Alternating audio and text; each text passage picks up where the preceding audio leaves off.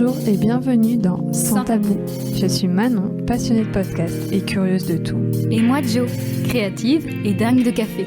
Et toutes deux, nous nous interrogeons constamment sur les tabous dans notre société. Alors on s'est dit, pourquoi pas en faire un podcast ensemble ? Ce podcast est finalement né d'une réflexion, mais surtout d'une belle rencontre entre deux parcours bien différents. Si vous aimez parler des sujets qui mettent la plupart d'entre nous mal à l'aise, car vous comprenez, ça ne se fait pas d'en parler, ici nous prendrons le temps et la liberté d'en parler avec vous grâce à des témoignages. Nous mettrons également en lumière certains questionnements en interrogeant des professionnels. Pour témoigner, vous pouvez .podcast@gmail.com. Alors, prenez un cookie, un thé ou un bon verre de vin, car c'est tout de suite dans Sans Tabou. Ah, le bilan. 1 an, on y est déjà.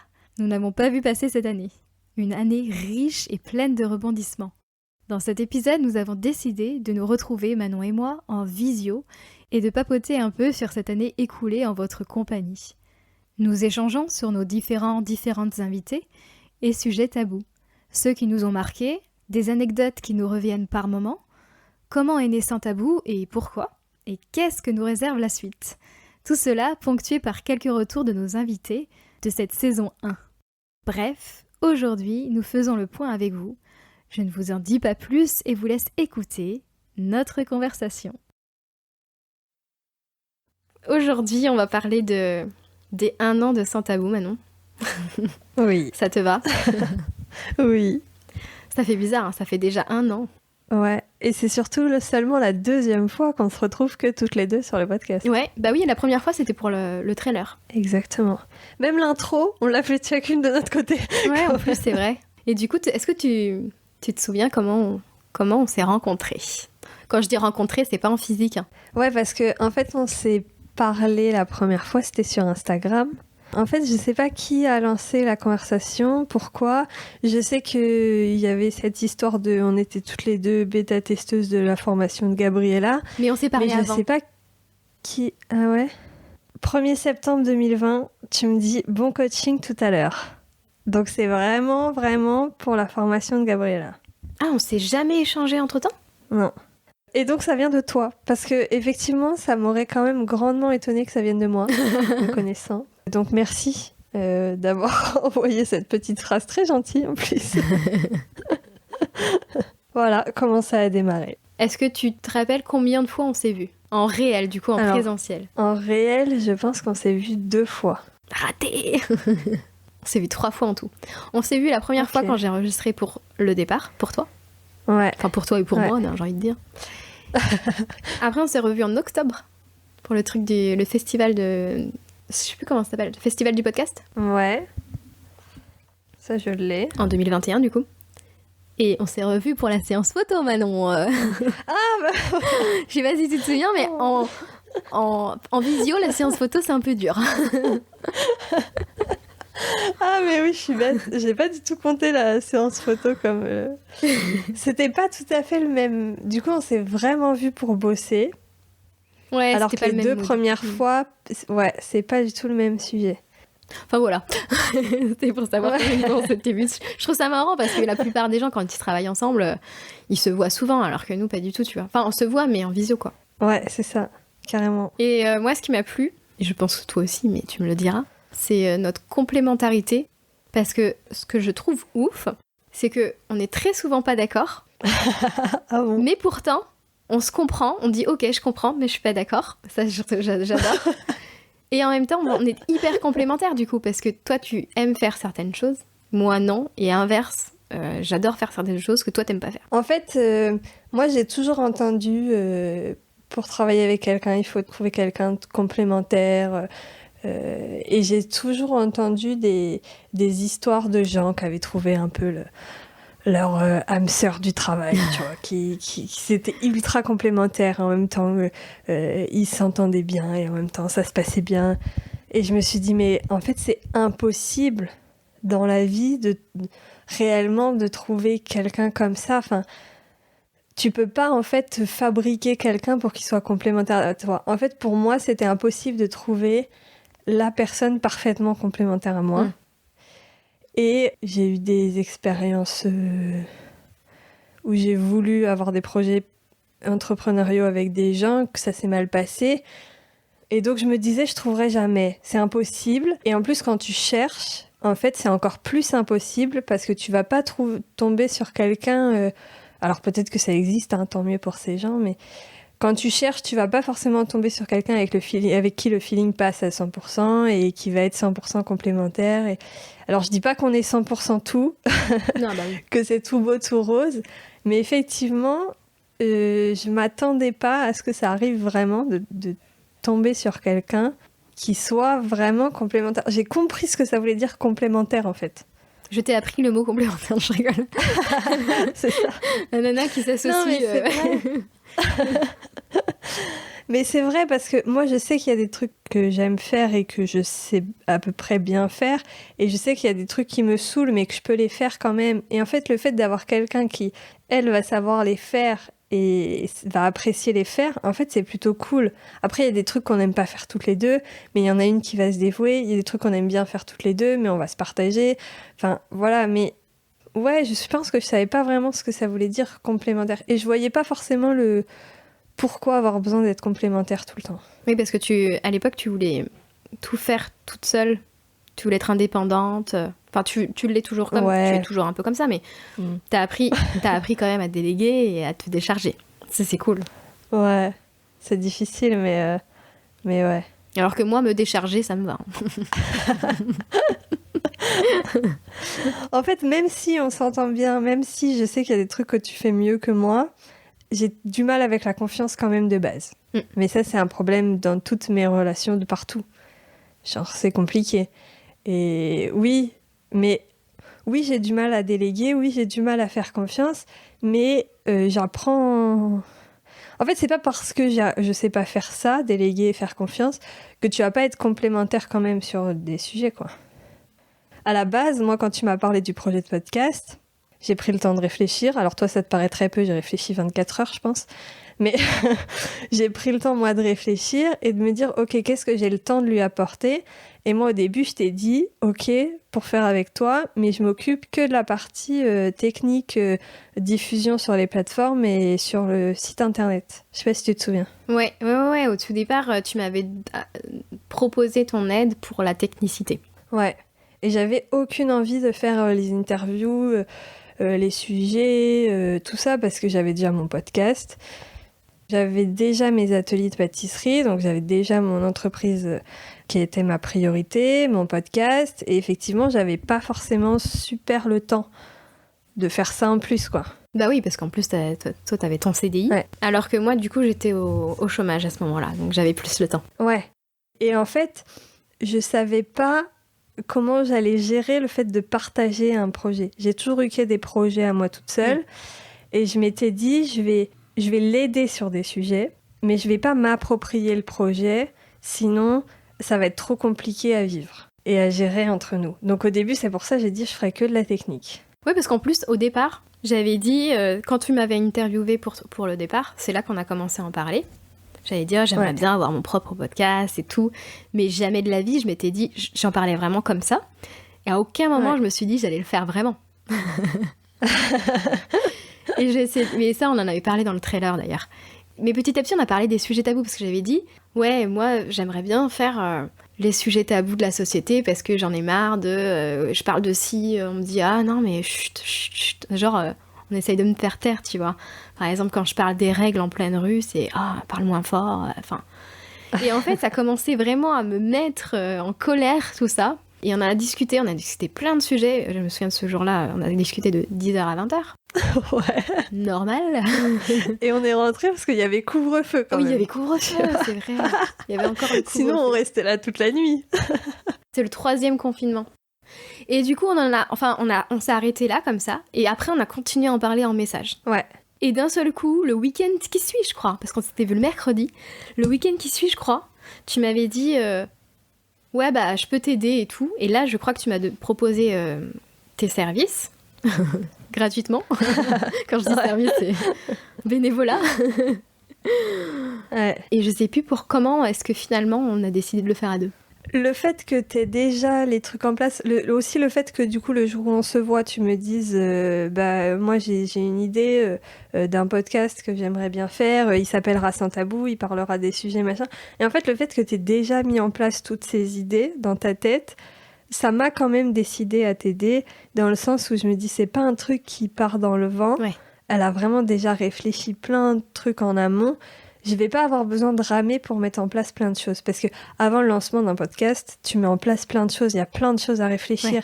Et là, je m'étais dit, au moins, elle a déjà réfléchi à tout ça. Ça va aller vite. Mais tu sais que j'y ai à peine réfléchi. Hein. C'est venu comme ça. C'est-à-dire qu'en même temps que de te parler, c'est venu. Et puis après, je pense que ce qui a concrétisé le truc, c'est que j'avais fait le logo. Et là ça nous a concrétisé toutes les deux. On s'est dit, allez, ça y est. Alors que c'est pareil, j'avais fait le logo en me disant « Oh tiens, j'ai envie de faire un logo ». Et pour le plaisir, j'ai dit « Tiens, je verrais bien ça avec un truc et tout ». Je te l'avais montré et je pense que ça nous a lancé toutes les deux et finalement, t'as voulu faire partie du truc.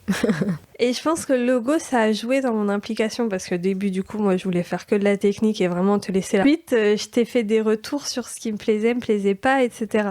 Et je pense que ça a joué dans mon appropriation du projet, en vrai.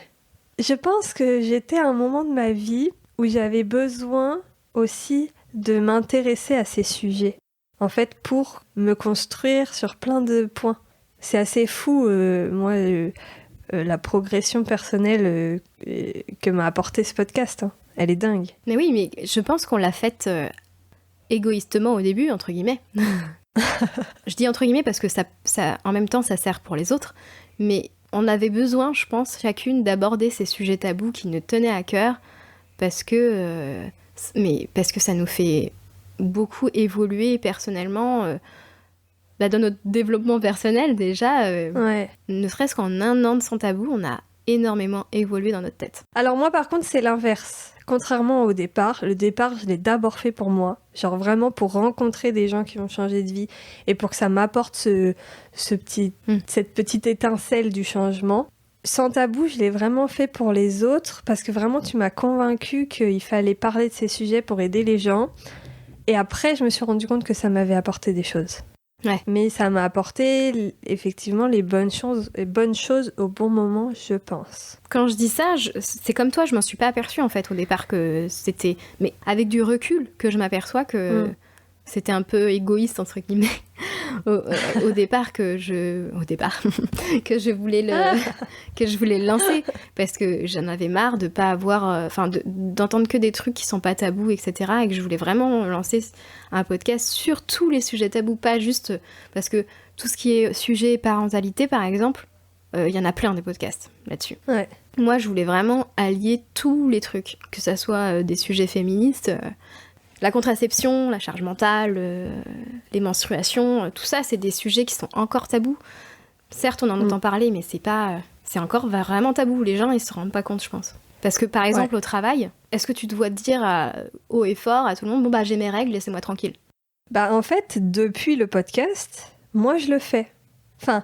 Alors, moi, c'est pas les règles, c'est le SPM. Oui, par exemple. Donc, c'est peut-être moins difficile à aborder. Mais moi, j'ai expliqué à certains collègues, j'avoue que les femmes. J'avoue, j'ai pas abordé le sujet plus en profondeur avec les hommes, quoique ils sont dans la pièce, donc ils entendent ce que je dis. Mais j'ai expliqué que cette semaine, psychologiquement, émotionnellement, ça allait être compliqué. C'est le SPM, et ça reviendrait tous les mois. Mais je pense qu'avant le podcast, j'en avais jamais parlé.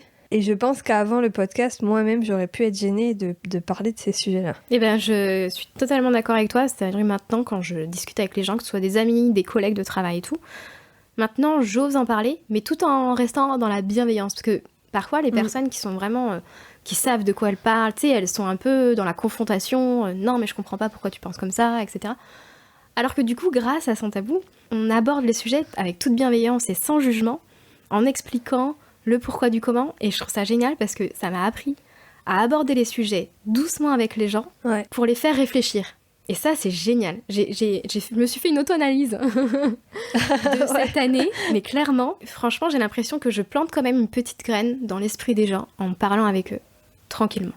Et c'est génial. Ouais, alors moi, je suis toujours virulente sur certains sujets. Il y a des trucs j'arrive pas, ça passe pas. L'inégalité femme-homme, ça ne passe pas. Ok, le sexisme, ça ne passe pas. Je suis virulente sur ces sujets et j'arrive pas à faire autrement. J'arrive pas à avoir une conversation bienveillante avec quelqu'un de sexiste en face de moi et qui apporte des propos et des arguments sexistes. Ça, j'y arrive pas. Si c'est un sexisme ordinaire qui est en fait qui n'est pas, enfin, il est inconscient de ça, et si tu lui expliques gentiment, tu sais que tu pourras y arriver peut-être, non? Ouais, mais il y a des gens qui, même quand tu leur expliques, veulent pas comprendre et disent oui, mais c'est rien, c'était juste une blague, tu vois. Et moi, j'accepte pas. Et en fait, c'est plus vrai dans le milieu du travail. À mon travail, je ne laisse plus rien passer. Pas une blague, pas une remarque, pas de sexisme ordinaire, pas ordinaire, rien. Alors là, je parle du sexisme. Il y a aussi le racisme, l'homophobie, il y a plein de trucs.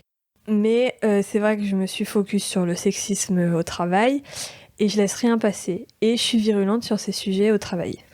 J'avoue. J'arrive pas à être bienveillante avec ces gens. Je n'y arrive pas. Mais je comprends. J'essaye de faire une comparaison. Est-ce que toi, tu pourrais dire ça à un collègue à toi, par exemple? Tu vois? Quelque chose qu'ils auraient dit sur une femme, j'aurais dit, bah écoute, est-ce que, tu vois, j'essaie vraiment de faire de la pédagogie, comme avec un enfant, tu vois?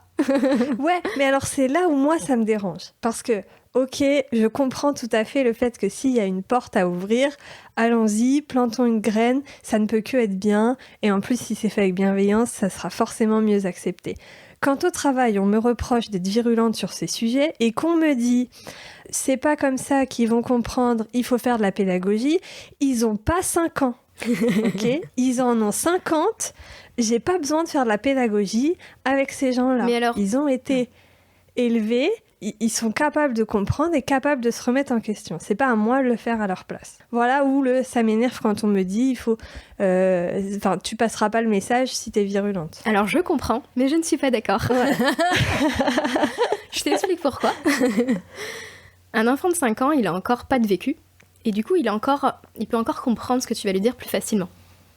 Alors que une personne, un adulte, un ou une adulte, enfin je veux dire féminin, masculin, non binaire, tu lui expliques quelque chose qu'il est ancré en lui ou en elle depuis 50 ans, ça est d'autant plus difficile pour cette personne d'accepter ce que tu lui dis. C'est pour ça que je dis ça. Ouais, non mais je comprends. C'est juste que moi, enfin, ok, mais c'est pas à moi de faire attention à ma forme, c'est à lui de se remettre en question. Moi, je le vois comme ça. Oui. Mais effectivement, enfin, mais je comprends ce que tu dis, mais je suis pas d'accord. Mais je comprends. Alors ça, c'est notre sujet depuis le départ. Je comprends, mais je ne suis pas d'accord. Mais c'est bien parce que, en vrai, du coup, pour revenir sur le sujet plus sans tabou, parce qu'on est parti en live sur le sexisme, en fait, on arrive à accepter que l'autre ne soit pas d'accord, mais comprenne ce qu'on dit.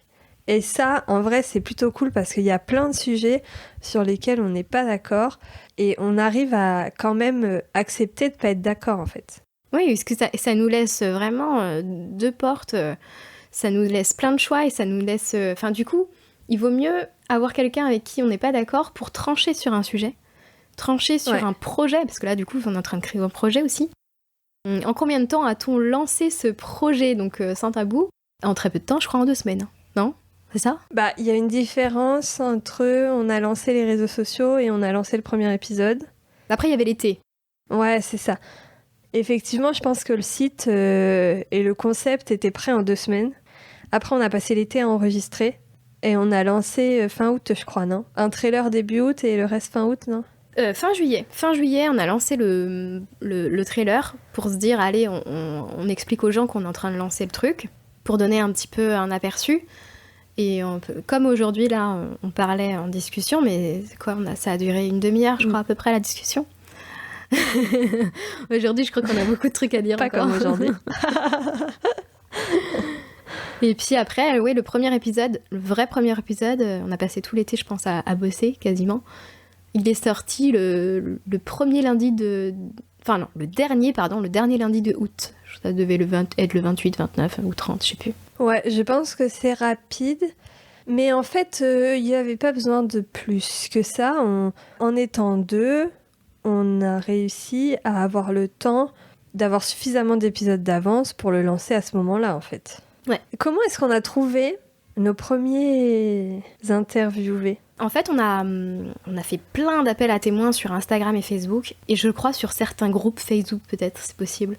Et les gens, ils ont très vite répondu, je trouve, alors qu'on n'avait quasiment pas d'abonnés sur Instagram et Facebook. On n'avait pas d'épisode. Et pas d'épisode, à part le trailer. Mais les gens ont vite répondu. Après, on en a cherché aussi personnellement chacune, et on a fait la pub sur chacun, sur nos comptes respectifs personnels aussi. Ouais, je me souvenais plus. Pour le coup, je me souvenais plus de comment est-ce qu'on avait trouvé ces personnes. Parce que moi, il n'y a pas de mes proches dans les premières personnes. Autant quand j'ai lancé le départ, j'ai commencé par Maciel, avec qui je parlais beaucoup sur Instagram. Après, c'est mes grands-parents. Après, c'est Chloé, avec qui je parlais beaucoup sur Instagram. C'était plus facile, je trouve. Et là, moi, il n'y a pas, dans les premiers épisodes, de personnes que je connaissais plus personnellement. Et donc, je me souvenais pas comment on avait trouvé les premiers. On oublie, hein. Bah, les premiers, c'est simple, c'était Maëva. Ouais. D'ailleurs, c'était sur la PMA. D'ailleurs, on peut écouter ce qu'elle nous dit, si ça te dit d'écouter. Ouais. Coucou, je te fais le petit retour vocal concernant l'expérience du podcast qu'on avait enregistré sur les parcours de procréation médicalement assistée. Écoute, pour ma part, c'était une chouette expérience. Je t'avoue que c'était pas quelque chose que je connaissais forcément, en tout cas que j'expérimentais, que ce soit d'écouter les podcasts ou de participer à ce genre de choses. Mais pour le coup, c'était chouette. Je trouve ça hyper courageux de sa part. Elle connaît pas le monde du podcast. Elle en écoute pas. Elle sait pas ce que ça va donner parce qu'on n'a fait aucun épisode encore. Mais elle y va quand même et elle raconte quand même son histoire. Et elle sait pas encore comment ça va se passer. Et je trouve ça hyper courageux parce que déjà, raconter une histoire de PMA, c'est hyper courageux au grand public parce qu'en fait, le podcast, il est public, quoi. Et le faire dans un contexte qu'elle connaît pas, je trouve ça hyper courageux. Elle nous a fait confiance, en fait. Ouais. C'est adorable. Mais ouais, parce qu'on se connaît pas, quoi. On dit toujours aux gens, vous stressez pas, ça va aller, c'est une conversation comme si on prenait un café, qu'on discutait entre copines. Mais en vrai, de dire aux gens, stresse pas, c'est compliqué. Moi, je pense que toutes mes invitées sur ce podcast m'ont dit à la fin, j'étais super stressée. Ouais. Alors que moi, j'ai pas envie qu'elle soit stressée parce que j'ai juste envie que ça se passe bien pour elle, quoi. Mais je peux comprendre que ce soit compliqué. Bah carrément. C'était chouette, c'était un sujet qui me tenait à cœur, qu'on met rarement sur le tapis, donc du coup c'est pour ça que voilà, c'est pas dans mes habitudes, mais j'ai saisi l'occasion quand j'avais vu ton appel sur Instagram, du coup, d'aborder ce sujet qui est clairement tabou. Donc moi c'était chouette, c'était impressionnant quand même. Enfin, j'appréhendais un petit peu ce mode de communication parce que comme je te dis, je connaissais pas et du coup c'est vrai que je savais pas où j'allais. Je savais pas vraiment. Tu m'avais dit voilà, no stress, tranquille, mais je savais pas trop ce qu'on attendait vraiment de moi. Tu vois, je savais pas s'il fallait que je raconte trop ma vie ou pas. Je me posais pas mal de questions. Est-ce que ça va être clair pour les gens ? Enfin, tu sais, quand tu fais le récit de quelque chose qui t'est arrivé, c'est pas non plus super évident de le retranscrire de façon claire et précise pour les gens. Et puis, voilà, t'es un peu partagé entre les faits, ce que t'as ressenti, là, le recul avec lequel aujourd'hui tu racontes les choses. Donc, mais j'ai trouvé que c'était vraiment naturel. C'était naturel, tu vois, pour le coup, on l'a fait par téléphone, mais par visio même. Mais c'est vrai que, on aurait été autour d'un café où tu vois, du coup, je m'imaginais le truc vachement convivial, donc ça m'a pas gêné d'être en visio comme ça. C'était plutôt chouette comme moment, c'était libre. Ce qui était bien, c'est que du coup, comme j'avais pas du tout d'expérience non plus dans dans ça et que je savais pas trop comment j'allais raconter les choses, tu guides, donc c'est très bien. C'est toi qui amènes les choses et puis bon bah du coup forcément nous on a vécu le truc donc on rebondit etc. Mais c'est plutôt libre, c'est ouais c'est naturel, c'est voilà c'est posé, il y a la place à on prend le temps. Je sais plus combien de temps il avait duré, mais voilà, j'avais peur aussi de pas avoir le temps de m'exprimer ou de devoir faire vite et pour le coup, j'ai trouvé qu'on avait quand même vachement le temps. Donc moi, j'ai été plutôt contente après du résultat. Je l'écoutais avec attention, je l'écoutais une première fois et après je l'ai réécouté. Alors déjà, les gens pensent qu'ils auront pas le temps de tout dire. Nous, on a un objectif dans notre tête qui est faire un épisode de 45 minutes. Parce que c'est la moyenne de temps que les gens aiment écouter les épisodes de podcast. Mais en vrai, c'est nous qui sommes maîtres de notre podcast et on fait ce qu'on veut. Et si l'épisode a besoin de durer 1h30 pour que la personne ait le temps de tout raconter, et ben l'épisode il durera 1h30 en fait. Des gens qui ont besoin de plus de temps pour se mettre dedans, pour commencer à se livrer, etc. Bah c'est pas grave, on pose au début des questions un peu plus simples, un peu peut-être plus fermées pour que les gens sachent comment répondre, et puis après on va ouvrir, et puis après ça va se dérouler quoi. Et en fait, on n'a pas fixé un timing très strict quoi. T'imagines à chaque invité, bon, t'as 45 minutes. L'enfer. Non, mais il y a des podcasts où c'est très timé, il y a des podcasts où tous les épisodes durent autour de 45 minutes, pas plus, pas moins. Et bravo aux gens qui arrivent à faire ça et à timer très bien tous leurs épisodes. Moi, j'y arrive pas. Moi, je préfère voilà, que ça soit naturel, comme elle disait, et libre. Mais c'est un parti pris. Et ça rejoint, du coup, quand elle dit on est libre de raconter ce qu'on veut, même si on guide la conversation. Pour moi, c'est hyper important que les invités soient libres de raconter ce qu'ils veulent, comme ils le veulent, sous l'angle qu'ils le veulent. En fait, on choisit les invités et les histoires pour que ça nous corresponde, mais on veut pas changer leur histoire. Orienter. Voilà, c'est ça. Et je trouve que c'est hyper important parce que les gens peuvent ne pas savoir aussi que c'est pas cloisonné en fait et qu'on raconte ce qu'on veut. Oui, parce qu'il y a certaines personnes qui pensent, parce qu'ils ont déjà fait des podcasts du coup, qui pensent que la conversation elle est dirigée, sauf qu'elle est guidée. Et c'est complètement différent. C'est-à-dire que c'est eux qui dirigent totalement la conversation, c'est-à-dire que c'est eux qui racontent leur vécu. Et nous, on pose juste des questions par-ci par-là pour les aider à parler en fait, tout simplement, parce que sinon il n'y aurait pas de podcast s'ils ne parlaient pas. Quelques jours après, quand tu vois, tête un peu plus reposée et puis vraiment en prenant du recul, comme si j'étais vraiment spectatrice du truc et que je l'avais pas vécu, tu vois, et au final, bah, j'étais contente parce que je pensais que ça allait être moins clair que ça.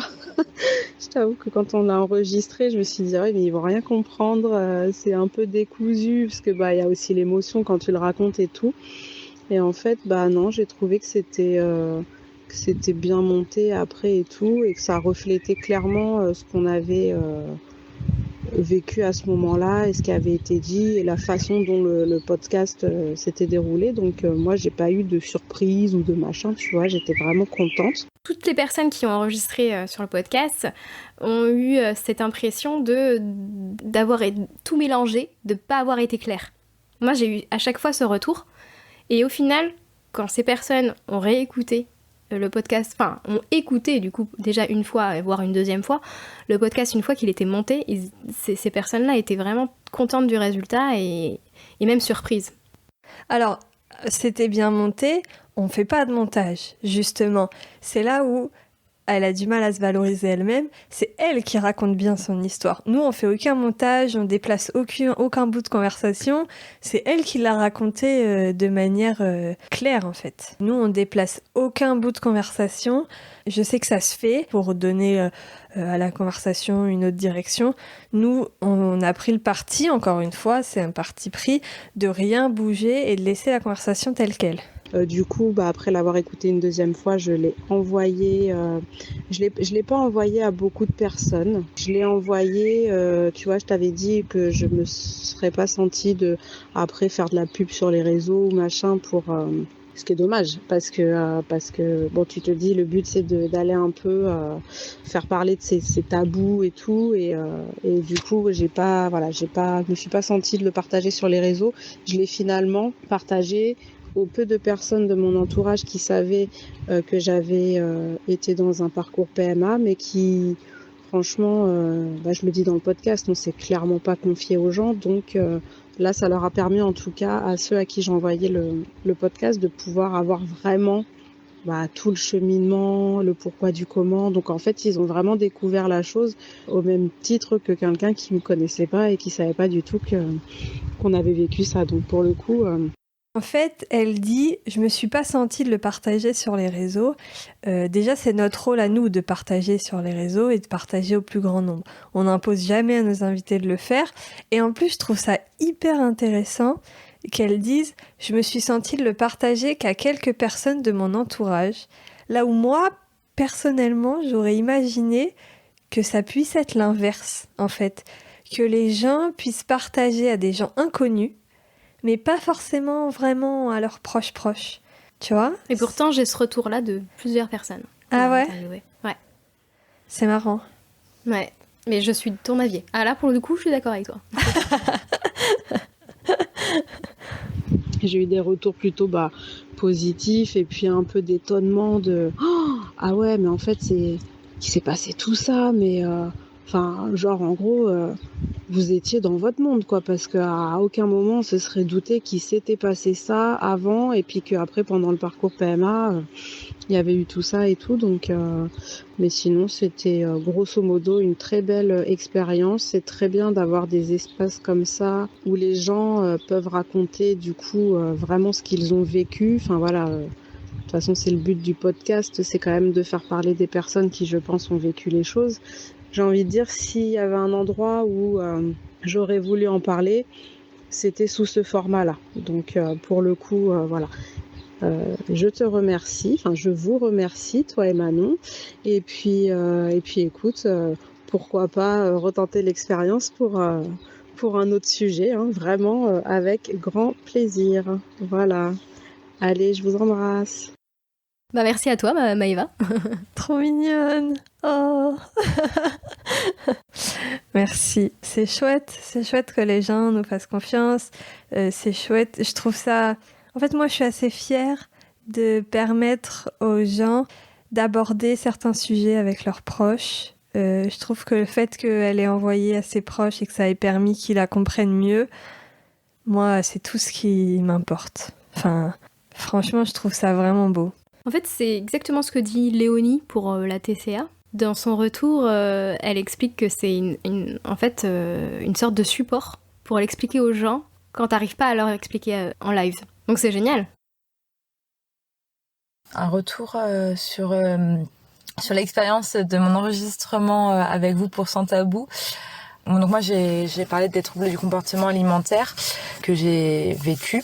Et c'est vrai que j'avais jamais eu l'occasion de faire le point sur tout ça, sur tout ce que j'avais vécu, sur mon parcours dans la maladie. Et en fait, ça m'a fait énormément de bien, en fait, de marquer un peu un bilan, parce que finalement, du coup, ça fait plusieurs années que je pense que je suis guérie, ou du moins que ça va mieux. Ouais, moi je trouve que ça, je sais que je l'ai beaucoup comme retour sur le départ, où les gens me disent, en fait, ça me permet de me poser 1 heure, 2 heures, et de faire le point. Ouais, faire le bilan, c'est ça. Ouais, chose qu'on ne fait jamais dans la vie, en fait, parce que même si c'est un sujet dont tu parles, peut-être qu'elle en parle avec des amis, peut-être, je sais pas, jamais tu fais le point sur tout ce qui s'est passé, tu racontes jamais en une seule fois tout ce que t'as traversé. Et du coup, d'avoir l'occasion de pouvoir en parler, et en fait, ça a d'abord été vraiment un peu un bilan pour moi. Et ensuite, de pouvoir partager cette expérience avec... de le rendre public, en fait, ça a aussi été un travail pour moi de me dire, maintenant, tout le monde peut être au courant de cette histoire, parce que c'est quelque chose que j'ai aussi... pas que j'ai caché, mais dont je parle pas forcément. parce que ça vient pas dans les conversations en fait. Enfin comme le veut le podcast, c'est un sujet tabou. Et du coup ça m'a libérée un peu et en fait ça même en fait après coup amené des conversations avec des amis avec qui j'en avais jamais parlé. Donc là, je trouve ça génial parce que du coup, ça amène les conversations autour d'elle, quoi. Ça délie les langues, je sais pas comment on peut dire. Ouais, c'est ça, c'est complètement ça. Et c'est ça que moi j'aime avec ce podcast en fait. C'est me dire que ça a pu libérer les gens, déjà le fait de raconter, et que ça permet de lever ces tabous dans une famille, quoi. Parce que je leur ai parlé du podcast et du coup j'ai parlé de ce que moi j'avais raconté. Et du coup, ça a amené des chouettes conversations avec des amis aussi qui pouvaient avoir vécu la même chose et où j'étais pas forcément au courant. Ça m'a apporté beaucoup de positif en fait dans ma relation même par rapport à ce que j'avais vécu et à comment je l'aborde avec les autres. Et en fait, ça fait un peu un support du coup à présenter aux autres. Du coup, j'ai eu des retours assez positifs. Je pense que ça a touché à... Tout le monde ne l'a pas écouté encore parce que du coup, j'ai énormément parlé. L'épisode dure 1 heure. D'ailleurs, je remercie Marjo pour son formidable travail de montage. Alors encore une fois, ce n'est pas un montage, comme tu dis. Ouais. Mais c'est sur cet épisode-là que t'as coupé du coup des parties. C'est sur cet épisode-là, oui, parce qu'en fait, ça s'est beaucoup répété. Et je m'en suis pas aperçue tout de suite. C'est après en l'écoutant et en voulant le mixer que je me suis aperçue qu'il y avait des moments que je pouvais retirer parce que c'est répété, mais plus tard, en fait. C'était pas tout de suite qu'elle se répétait, ce qui fait que ça servait à rien de le garder. Donc voilà, c'est juste ça. Parce que je me souviens que même moi, j'étais un peu stressée de ce à quoi allait ressembler l'épisode parce que j'avais énormément parlé, je m'étais énormément répétée et j'avais dit des choses que j'avais peur de regretter. En fait, Marjo a fait un travail de montage top qui fait que je trouve que l'épisode est assez fluide à écouter et en tout cas moi il reflète assez bien ce que j'ai pu ressentir et ce que j'ai pu vivre. Donc voilà, merci à toi pour ça. Ça éclaire des personnes en fait sur cette partie de mon histoire. Voilà. Merci à vous du coup pour ce que vous faites. C'est trop bien de pouvoir aborder des sujets comme ça, de laisser des personnes en fait s'exprimer sur des sujets qu'elles n'ont pas forcément l'habitude d'aborder et de vraiment laisser la parole et voilà. Trop mignonne. Elle a dit qu'elle avait peur d'avoir dit quelque chose qu'elle regretterait. Ça beaucoup, hein. Alors, on le fait pas automatiquement, mais quand on enregistre un épisode, si la personne elle se sent pas à l'aise avec ce qu'elle a dit, on peut lui faire écouter l'épisode avant qu'il sorte et elle peut nous dire à quel moment est-ce qu'elle veut enlever, quelle phrase est-ce qu'elle veut enlever. On peut le faire, on le fait pas systématiquement parce que c'est un travail assez compliqué d'enlever des morceaux de phrases ou d'enlever des phrases. C'est important que les gens sachent que c'est une possibilité quand même parce que ça peut enlever un poids. Et que c'est possible et que du coup on peut quand même sortir l'épisode en enlevant des paragraphes ou juste des bribes de phrases parfois si ça les stresse. Ça c'est cool. C'était quoi ton épisode qui t'a le plus marqué ou préféré, je ne sais pas. J'ai pas forcément de préféré. Moi, j'ai mon épisode le plus dur. Ah, le plus dur. D'accord. Je sais pas si j'en ai déjà parlé publiquement, mais j'en ai déjà parlé à plein de gens. Vraiment, c'est l'épisode qui revient. L'épisode que j'ai enregistré avec Louise, où elle parle du suicide de sa sœur. Et en fait, le suicide, c'est un sujet qui m'a touchée, auquel j'ai été confrontée. Et je m'étais dit, je t'avais dit d'ailleurs, je prends le sujet, il n'y a pas de problème, je vais gérer, j'ai déjà eu affaire à ce sujet, je vais y arriver. Effectivement, j'ai préparé l'épisode, j'ai enregistré l'épisode est super, Louise a été super, hyper en plus, elle a parlé de ça vraiment dans la bonne humeur, enfin, l'épisode n'est pas morbide du tout, au contraire. Et en fait, le contre-coup a été difficile. Après, j'ai rêvé pendant des semaines et des semaines que ma sœur se suicidait quand moi j'étais à l'autre bout du monde, avec souvent ma mère, et qu'elle était toute seule en France, quoi.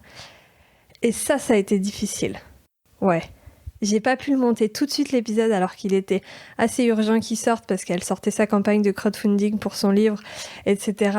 Ça a été mon épisode qui m'a le plus marqué parce qu'il a eu des conséquences derrière. Mais aujourd'hui, tout va bien, je ne rêve plus du tout de ça. Et et je suis plus du tout traumatisée par ça. Par contre, j'ai pas encore lu son livre. À Louise. En fait, son livre, c'était le rêve de sa sœur, et donc j'ai pas encore lu le livre. Je suis désolée, Louise, il est à la maison bien au chaud. Mais pour l'instant, je peux pas. Mais je le lirai un jour. Ouais. Et toi ? Moi, j'y ai réfléchi et je pense que c'est l'épisode 8. Donc, c'est Aïssia qui raconte son enfance traumatisante. Et d'ailleurs, c'est pas pour rien, c'est parce que je savais d'avance que ça allait être un épisode compliqué. Pour moi, je parle. Enfin, pour moi, à enregistrer, hein, parce qu'à vivre, c'est encore autre chose. D'ailleurs, c'est le seul que je n'ai pas réellement préparé. Je savais pas quoi poser comme question, j'étais pas du tout préparée, en fait. Et je pense que j'étais dans le déni total de la préparation de cet épisode. Et au final, ça s'est quand même bien déroulé, et ça fait partie des épisodes les plus écoutés de ce que tu m'as dit. Ouais. Mais inconsciemment, ouais, je pense que je savais que ça allait être compliqué, et c'est vrai que ça a été dur de l'entendre et tout, mais pas autant que toi, c'est-à-dire qu'après j'en ai pas rêvé et tout, tu vois. Ouais. J'ai pas eu de conséquences après, voilà. Mais après, chacun son degré Bien sûr. difficulté. Il n'y a pas de comparaison du tout. Après, il y a des épisodes qui ont enchaîné des discussions avec certaines personnes. Quand j'ai enregistré l'épisode avec Élise sur son IVG, c'était hyper intéressant parce que je suis restée après l'épisode, l'enregistrement, on était en réel en plus. Je suis restée après avec elle, on a discuté un bout de temps. Et en fait, on a pu aborder des sujets qui font réfléchir, en fait. Et ça, c'est chouette de rencontrer des gens comme ça qui te font réfléchir. Je trouve ça vraiment intéressant. Totalement. Mais il y en a un autre qui m'a marquée. Alors peut-être parce que c'est ma belle-sœur. c'est possible parce que du coup c'est ma nièce. C'est sur l'accouchement, c'est Chloé. Ouais. Son accouchement violent avec des violences gynécologiques et tout. Enfin, et c'est vrai que ça m'a vachement marquée. D'ailleurs, c'est un des tout premiers. Tu veux écouter son retour ? Elle m'a fait un retour. Ouais, alors du coup je vais dire cet épisode, moi j'ai pas pu l'écouter. Parce que à l'époque, j'avais un grand désir d'enfant et c'était vraiment viscéral, j'arrivais pas à penser à autre chose.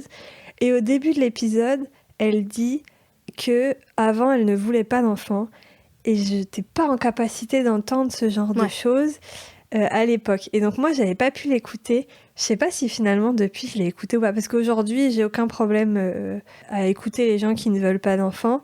Mais voilà, sur le moment, j'avais pas pu l'écouter, je me souviens. Oui, mais c'est compréhensible. Hein. Je sais pas si tu l'as écouté, mais du coup, il y a la version de Mathieu, donc le papa.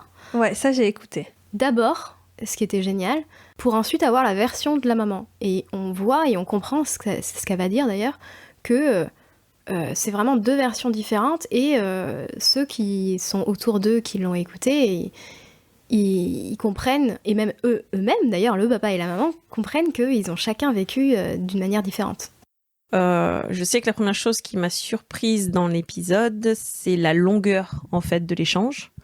Je m'attendais pas du tout à ce que... Je sais que voilà, je parle beaucoup, etc. Mais je pensais vraiment pas que ça allait durer autant. En fait, j'étais très surprise de voir que ça avait duré autant, et surtout que je pense que c'est un épisode de ma vie où finalement j'en avais pas spécialement parlé. C'est un peu quelque chose que j'avais enfoui, je pense, et de devoir en parler au cours de l'épisode, je pense que ça, en fait, je pensais au fur et à mesure où je parlais, ça me déclenchait des anecdotes. Je me disais tiens, c'est vrai qu'il y a eu ça, c'est vrai qu'il y a eu ça, c'est vrai qu'il y a eu ça, et je pense que c'est le truc qui m'a le plus marqué en fait, c'était de me dire ah ouais, en fait c'est pas juste ça s'est mal passé quoi. Il y avait plein d'autres trucs à dire derrière, quoi. C'est faire le bilan, en fait. Elle avait jamais fait le bilan de tout ça. Exactement.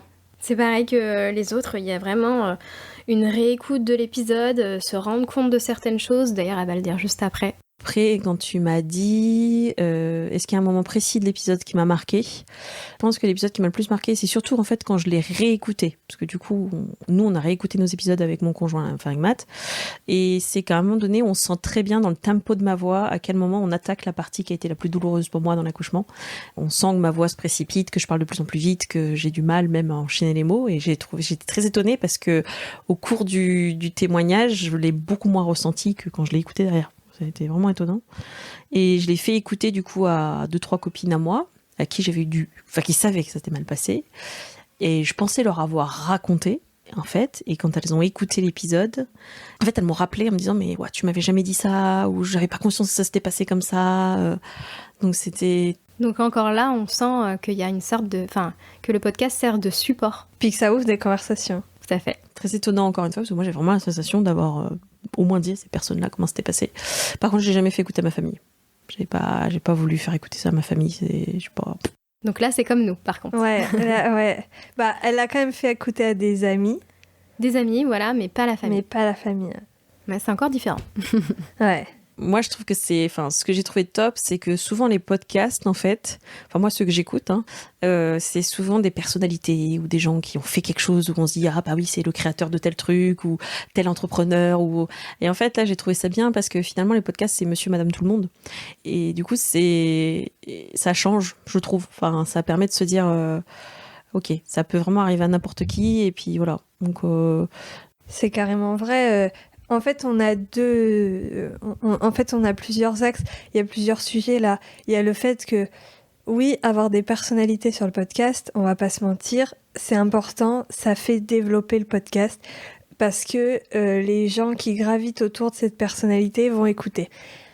Donc oui, ça nous permet de faire de la pub. Oui, on essaye d'avoir des gens qui ont une communauté sur les réseaux ou qui sont suivis par des gens mais de temps en temps, parce que en fait, c'est quand même important de montrer que ces choses-là arrivent à n'importe qui. Et bon, ta belle-sœur, c'est pas n'importe qui. Enfin, je veux dire, arrive à tout le monde. Je le prends pas mal. Voilà. Non, mais si, c'est vexant de dire à quelqu'un que c'est n'importe qui. Que ça arrive à tout le monde et qu'en fait, on peut s'identifier aux gens et se dire ah bah ouais, moi aussi, j'étais comme elle.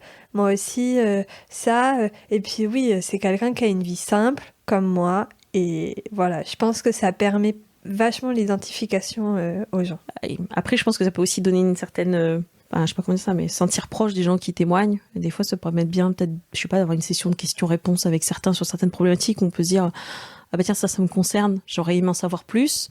Et voilà, c'est peut-être le seul truc que je dirais, c'est que si le podcast peut être amené à être développé, ça peut être ça. Des fois, moi, je me suis dit, ah ouais, ça peut être intéressant et ça pourrait valoir le coup de.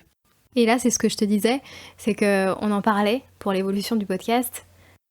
Qu'on aimerait apporter en plus, du coup, ce serait un groupe sur Facebook d'échange, d'entraide entre personnes tabous, je sais pas comment on peut appeler ça, entre personnes qui ont témoigné et personnes qui n'ont pas témoigné mais qui ont écouté les témoignages, par exemple, qui peuvent échanger sur les mêmes tabous ou autres, voilà. Ça, c'est un truc qui serait génial à apporter d'ici la rentrée, quoi, par exemple. Oh mon Dieu, l'échéance que tu donnes. Non, mais d'ici la rentrée. Donc, quand je dis la rentrée, c'est entre septembre et décembre. D'accord, très bien. Voilà, d'ici la fin de l'année, on va dire. Ouais, non, mais c'est un sujet... Alors, groupe Facebook ou autre, en fait, on s'en fiche. L'idée, c'est de créer une communauté autour du podcast parce que, effectivement, moi, je comprends ce qu'elle dit, Chloé, parce que ça m'est arrivé aussi d'écouter des podcasts et de me dire « Ah tiens, si j'avais l'opportunité de poser juste cette question en plus à cette personne qui témoigne, ça me ferait plaisir ou j'aimerais savoir plus, aller plus loin. » Parce qu'effectivement, on essaye, nous, de rentrer dans les détails comme on peut, au maximum, avec nos questions à nous, que les gens puissent aussi apporter leurs questions à eux. Je trouve que c'est chouette. Après, à voir quelle forme ça prend, comment... Mais ça fait déjà longtemps que je réfléchis à ce sujet. Hein. Déjà, pour le départ, avant, j'y pensais. Je sais que quand j'ai fait écouter le podcast à mes potes, ce qu'elles ont trouvé hyper bien, c'est le fait que Mathieu a parlé avant et que moi, j'ai parlé après. Ou l'inverse, tu vois. Mais qu'il y avait vraiment les visions et même nous, on s'est rendu compte avec Mathieu en réécoutant nos podcasts derrière que Mathieu, il n'avait pas compris à quel point j'avais vécu certaines choses et que moi, j'avais pas du tout réalisé à quel point il avait vécu à sa façon. Donc ça, c'était top. Voilà. En fait, c'est fou parce que je pense que c'est un couple qui communique quand même. Je pense qu'ils se sont parlé. Et le fait d'avoir quelqu'un de l'extérieur, alors plus ou moins de l'extérieur parce que ça reste ta famille, mais qui pose des questions en plus. Et en fait, quand tu écoutes l'épisode, t'as pas besoin toi-même de réfléchir aux questions que tu vas poser. T'as juste besoin d'emmagasiner ce que la personne en face, elle dit. Et donc, je pense que c'est comme ça qu'elle peut se rendre compte que finalement, elle avait peut-être pas 100% écouté ce qu'il avait dit ou qu'elle avait pas 100% capté ce qu'il avait envie de dire.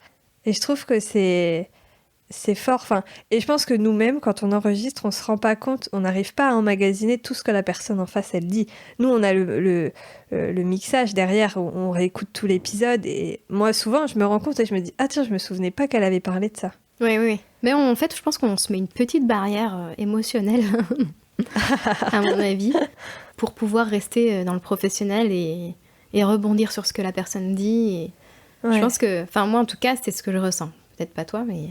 Ouais, si, je pense que sur certains sujets plus que d'autres, mais après, on reste toutes les deux des personnes sensibles, c'est compliqué. Enfin, il faut qu'on arrive à rester dans la conversation pendant 1 heure. C'est sûr que on peut pas se permettre d'ouvrir complètement les barrières, ouais. Ouais, parce que t'imagines, tu commences à pleurer dès les premières phrases. Là, c'est compliqué, là. Et en parlant de sujets compliqués, j'ai interrogé aussi ma super amie Fanny, qui parle de l'autisme Asperger de son fils, qui elle aussi nous a fait un retour qui est un peu différent d'ailleurs. Je te le fais écouter. Ok. Alors, à l'enregistrement de ce podcast, je me suis rendu compte qu'au départ, c'était pas forcément si facile d'en parler. Ça m'avait fait un petit coup de stress d'entamer la conversation, et pourtant, c'est avec une amie. Et peut-être que j'en avais pas tellement parlé jusqu'ici. Et au fil de l'épisode, grâce aux questions bienveillantes et au cadre dans lequel on était, j'ai pu me sentir plus à l'aise à discuter. Donc c'était très agréable de pouvoir m'exprimer justement. C'est trop bien ça, qu'elle explique que au début c'est compliqué, mais en fait comme toute conversation, tu rencontres quelqu'un, au début c'est compliqué, et puis petit à petit, un peu le voile il se lève et tu parles et ça va mieux, c'est plus simple quoi. Ouais, oui, on essaye pour chaque invité de mettre à l'aise, d'essayer de les déstresser, et souvent on sent la différence entre le début et la fin quoi. Au début, il faut pousser les questions et tout, on enchaîne presque les questions parfois, et puis après on peut plus les arrêter. Et là tu te dis, il fait plus d'1 heure quand même. Il y a tout le mixage à faire. Aller chercher des choses sur lesquelles j'avais peut-être pas forcément réfléchi. Donc ça faisait du bien d'extérioriser, et puis même de réécouter quelques temps après comme un petit bilan, puisque finalement ça a évolué pas mal depuis. Et effectivement ensuite c'est une bonne approche aussi pour en parler autour de soi en renvoyant vers ce podcast. Ça permet de faire le tour en fait. Dans cet épisode on fait pas mal le tour de la question depuis le début.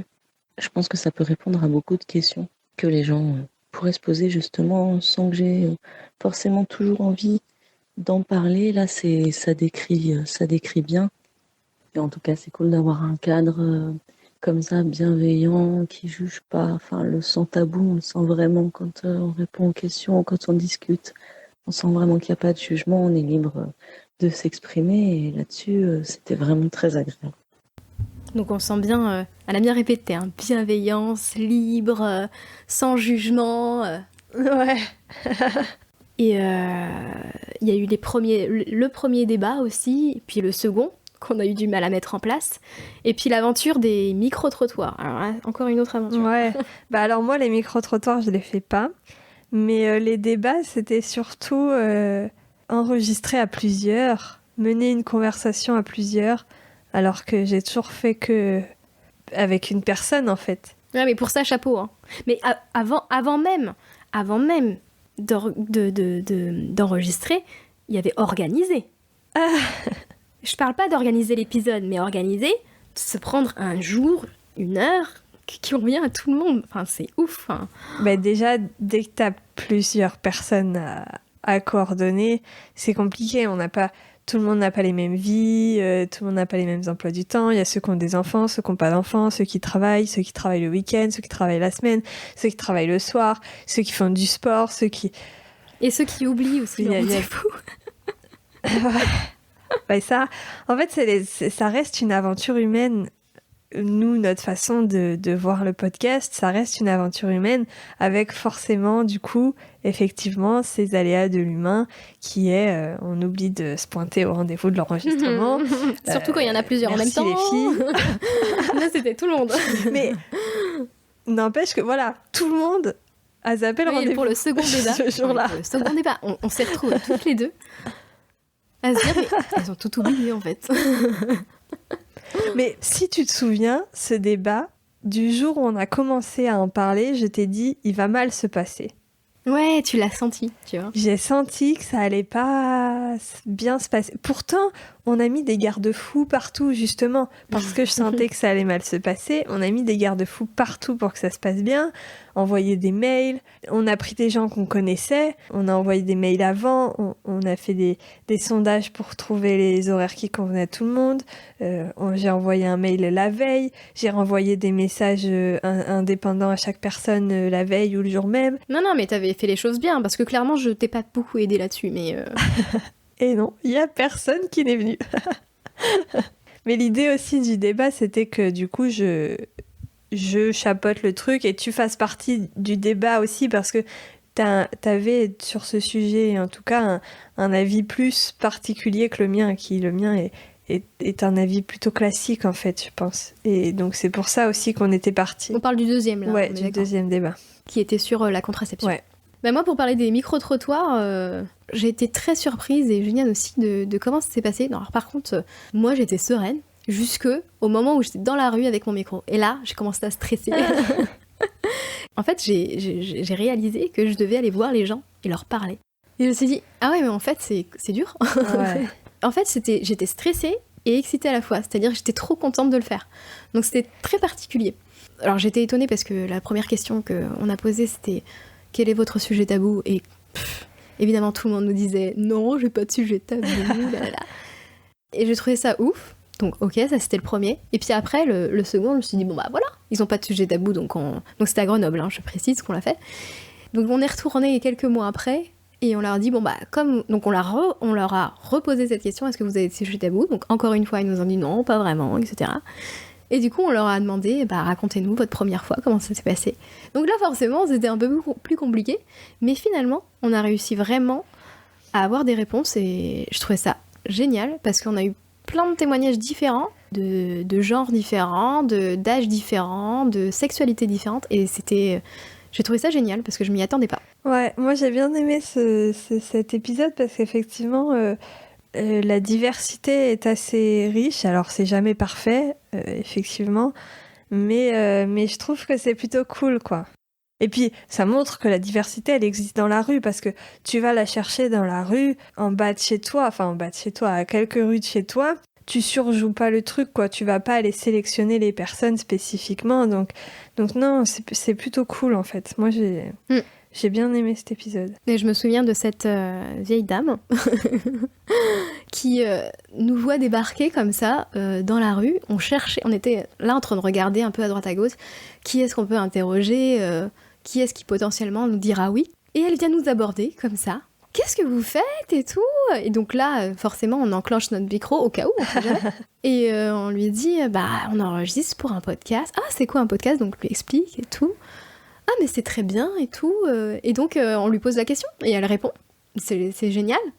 Elle répond, alors qu'on lui avait rien demandé. On pensait pas du tout qu'une personne âgée répondrait comme ça. Je pense que les tabous n'ont pas d'âge, en fait. Bah, c'est même encore pire, je pense, avant.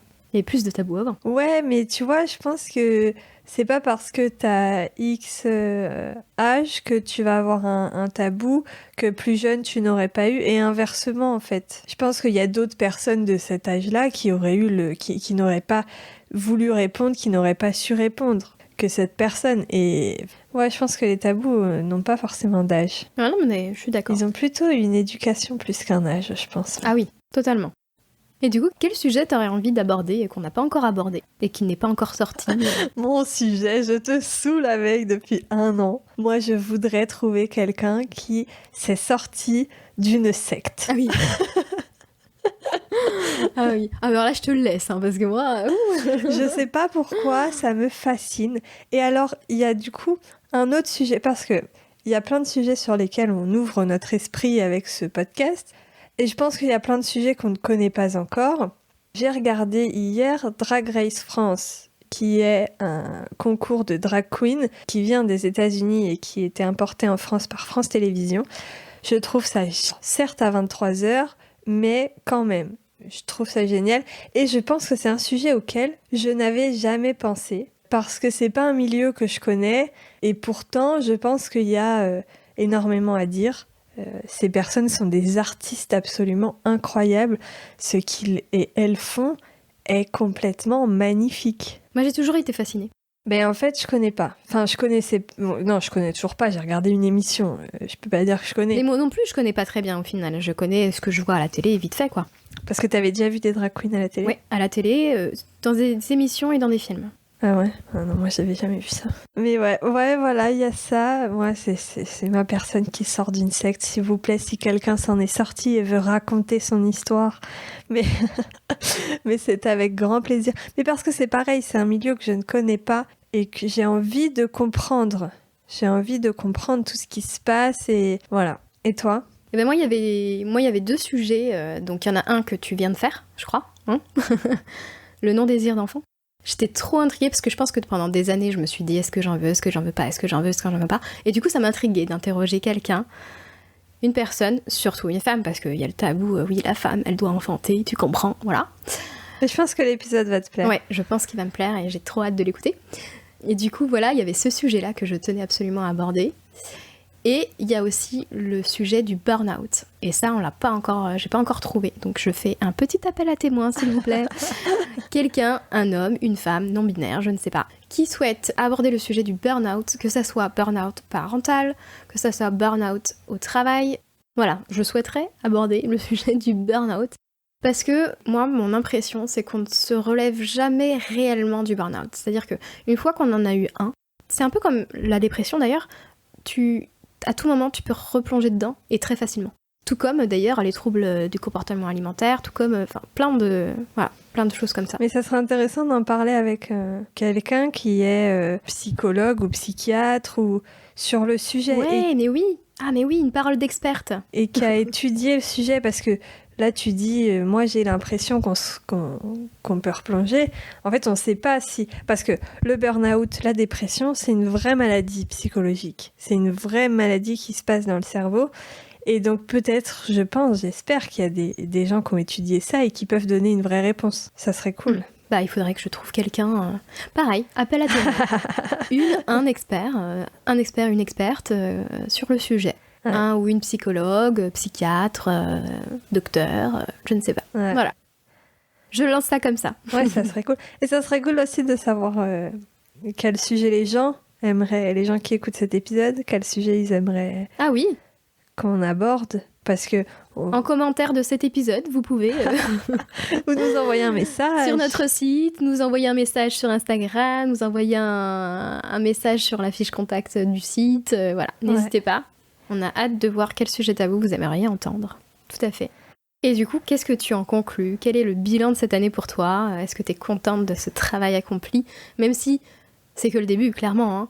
Mais voilà, quel est ton bilan à toi de Sans Tabou ? J'ai un bilan personnel où moi, je me sens plus ouverte d'esprit. Je me sens plus capable d'ouvrir mon esprit. J'ai l'impression d'avoir plus de facilité à compatir avec les gens, même si j'ai toujours eu de la compassion pour les gens, j'ai l'impression que j'en ai encore plus. Je peux pas comprendre tout le monde, ça c'est pas vrai, même si on a un peu banalisé ce mot comprendre et on dit à tout va, je comprends. Moi je pense pas qu'on puisse comprendre tout le monde, mais je peux au moins compatir. Si, il y a un truc important, je pense que je fais plus attention à mes biais et à mes préjugés. À tes biais ? Ouais, on a tous des biais cognitifs dans notre façon de penser, de voir les choses. Okay. Et je pense que j'y fais plus attention à mes préjugés sur globalement plein de sujets. Oui, parce que je t'ai connue, t'arrêtais pas de dire « Moi, attention, je suis une personne pleine de préjugés. » Ouais, mais je le savais. Je le savais que j'étais pleine de préjugés et que j'avais pas ouvert mon esprit sur plein de sujets. Et donc, quand j'ai commencé le podcast, j'étais vraiment comme ça. Et tant mieux, je le suis moins. Parce que, en fait, ce que j'essaye de faire, c'est de ne pas de pas réfléchir avant qu'on m'ait dit. Je sais pas si c'est clair. J'essaye de pas imaginer ce que peut être la personne avant qu'elle m'ait dit elle-même ce qu'elle était. Et ça, c'est difficile. Hein. C'est vraiment difficile. Quand tu vois une personne, tu la vois faire un truc, ou la façon dont elle est habillée, ou la façon dont elle parle. Ouais. Naturellement, une personne lambda va juger qui elle est, alors que tu as même pas échangé avec elle. Voilà, même sans juger, elle va se faire une idée de qui elle est. Quand je dis juger, c'est ça. Je veux dire, juger, c'est pas forcément négatif pour moi. Ouais, mais pour les gens, c'est négatif. Ouais, c'est vrai. Et quand je dis juger, c'est exactement ça. C'est mettre un profil, établir un profil de cette personne, alors que tu n'as même pas échangé avec elle 5 minutes. Et même en 5 minutes, tu peux pas dire qui elle est. Non, c'est sûr. Et aussi, du coup, j'ai appris à voir au-delà des gens sur les réseaux sociaux. Ça, c'est difficile. Ouais, je pense que c'est un bilan plus personnel parce que on peut faire un bilan très chiffré. Hein. On peut dire le podcast, il a été écouté tant par... j'ai même pas le chiffre en tête. Enfin, en fait, c'est pas ça que je regarde. Voilà, c'est très égoïste comme bilan, pour le coup. Oui, mais c'est très bien aussi. Enfin, moi, vraiment, je voulais avoir ton ressenti de ce bilan de cette année, ce que tu en avais appris. Ouais, c'est ça. Je pense que c'est mon ouverture aux autres. J'ai le même, à peu près le même bilan. Déjà, à l'époque, j'essayais de pas de juger, mais... Alors, comme je t'explique, quand je dis juger, voilà, c'est... Ouais. Cartographier. C'est pas mal comme mot. T'as vu ? Créer une carte d'identité d'une personne alors que tu ne la connais même pas. Donc on va dire cartographier, c'est marrant. Donc j'essayais déjà de pas le faire, mais tu le fais quand même inconsciemment. Ouais. Et petit à petit, je me suis aperçue que j'arrivais à moins le faire. Et petit à petit, vraiment... il y a toujours, à un moment donné, le naturel qui revient galop. Alors oui, complètement. Voilà. Mais comme c'est que intérieurement, personne ne le voit, et du coup, tu te rattrapes toi-même, tu vois. Ouais. Et ça, c'est génial, parce que c'est un peu comme la méditation, tu sais, tu t'essayes de penser à ta respiration et tout, puis d'un seul coup, tu pars en pensée, et là, tu te dis, ah non, je suis en train de partir complètement, et tu reviens. Et ben là, c'est la même chose. Ouais, c'est vrai. Et du coup, je trouve que j'ai vachement évolué, mon esprit s'est ouvert. Mais ouais. Mais et j'ai appris à être plus bienveillante, plus à l'écoute, et je trouve ça génial. Voilà, je suis contente et fière de notre travail, franchement, et j'ai hâte qu'on continue cette aventure. Non, ouais, c'est cool. C'est une chouette aventure humaine, en tout cas. Dans tous les cas, parce que c'est des conversations assez incroyables avec des gens assez incroyables. Et ouais, j'ai hâte qu'on puisse aussi faire cette communauté et fédérer autour de ce podcast et que ces gens incroyables puissent se parler aussi entre eux. Je pense que ça ne peut que amener du positif. Carrément. Avant de conclure sur Saint-Tabou, je voulais justement mettre le dernier retour qu'on a eu, celui d'Audrey par rapport à CGEU. Je trouvais qu'il concluait bien l'épisode du jour des 1 an. Je te le mets. Alors, suite à mon témoignage concernant la grossesse extra-utérine, j'ai eu des retours, notamment de personnes que je connais qui m'ont dit qu'ils étaient désolés pour moi ou qui étaient très bienveillants, bien évidemment, et qui m'ont dit qu'ils ne connaissaient pas parfois, simplement, la grossesse extra-utérine, ou voilà, qui n'étaient pas au courant que ça m'était arrivé et qui ne savaient pas que c'était quelque chose qui était plutôt courant. Donc si effectivement j'ai pu éclairer ou aider ne serait-ce qu'une personne, je pense que les filles, vous avez fait votre boulot. Donc je vous souhaite vraiment un très beau voyage sur cette lignée, sur cette lancée, le fait de pouvoir parler de tout sans tabou, voilà. Vous avez choisi le bon nom en tout cas, c'est percutant, vous êtes des personnes rafraîchissantes et je vous encourage vivement à continuer et je vous souhaite la plus grande des réussites. Merci pour tout en tout cas. Oh. Moi, je vais pleurer. Hein. C'est trop mignon et franchement, ça nous donne de l'énergie. J'en avais pas, mais là, tu vois, je retrouve un peu d'énergie. Merci à toi, Audrey, vraiment. C'est beaucoup trop mignon. Mais ouais, moi, j'ai pleuré. Mais Petite larme. Oui, on a l'habitude. Mais ouais, c'est trop mignon. C'est beaucoup trop adorable et merci. Ouais, quoi. Ça nous prouve quand même que vraiment ce qu'on fait, ça aide et que c'est bienveillant et c'est exactement ce qu'on souhaite faire, quoi. Ouais. Puis merci à tous ces invités, toutes ces invités qui nous font confiance, une confiance absolument incroyable. Enfin, il et elle se livrent sur des sujets assez fous. Et franchement, la confiance qu'ils nous accordent, merci. Voilà, merci beaucoup. Et t'es aussi en train de pleurer. Grand merci. Moi, je te vois pas, ça m'aide. Je regarde ma fiche. Et du coup, pour faire une petite transition, parce que on a décidé de changer le compte Instagram en Positive Studio. Ouais. Oui, il y aura Positive Studio dans le nom, on sait pas, il y aura un point, un tiret quelque part, voilà, oui, c'est ça qu'on ne sait pas. On vous donnera le nom dans la description de l'épisode, parce que d'ici là... mais du coup, voilà, la grande nouvelle, c'est que donc, Sans Tabou continue, tout à fait, évidemment. Hein. Ça, c'est une chose. Ouais. Qu'on a hâte de continuer l'aventure toutes les deux, mais que du coup, Positive Studio arrive, puisque c'est l'entreprise qu'on est en train de créer. Et comme son nom l'indique, c'est un studio positif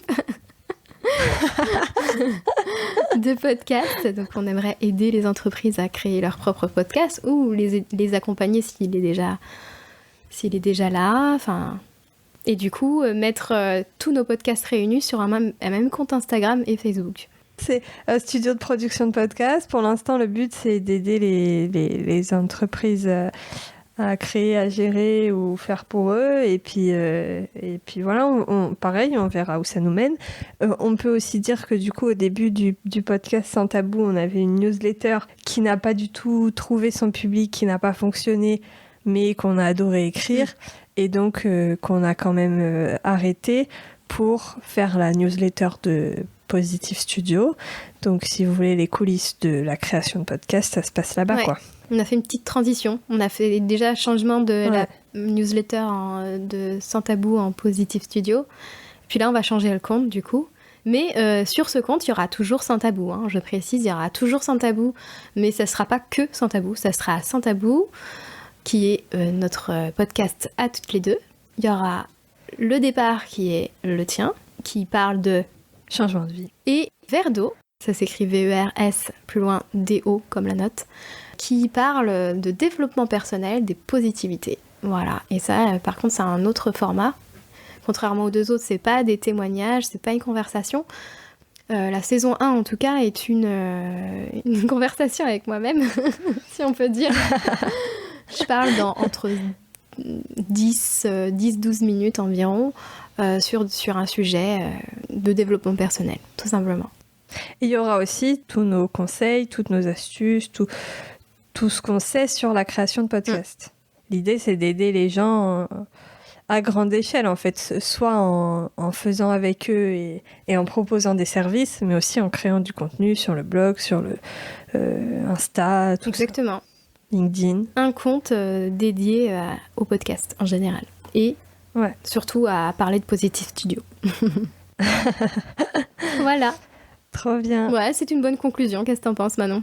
Très bien. Merci pour l'idée de cet épisode.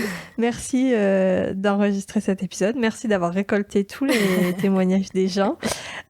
Et oui, on se partage toujours les tâches. Merci, Salut. Et voilà, le bilan est terminé. J'espère qu'il vous a plu.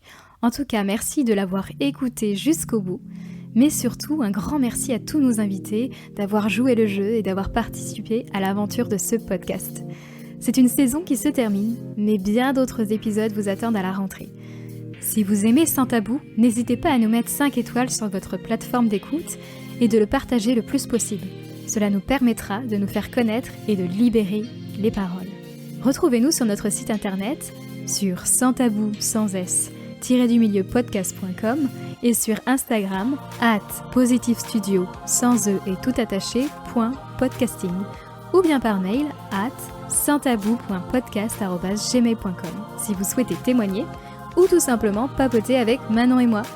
Je vous dis rendez-vous au lundi 5 septembre. D'ici là, passez un bel été et je vous dis à très vite. Surtout, soyez sans tabou.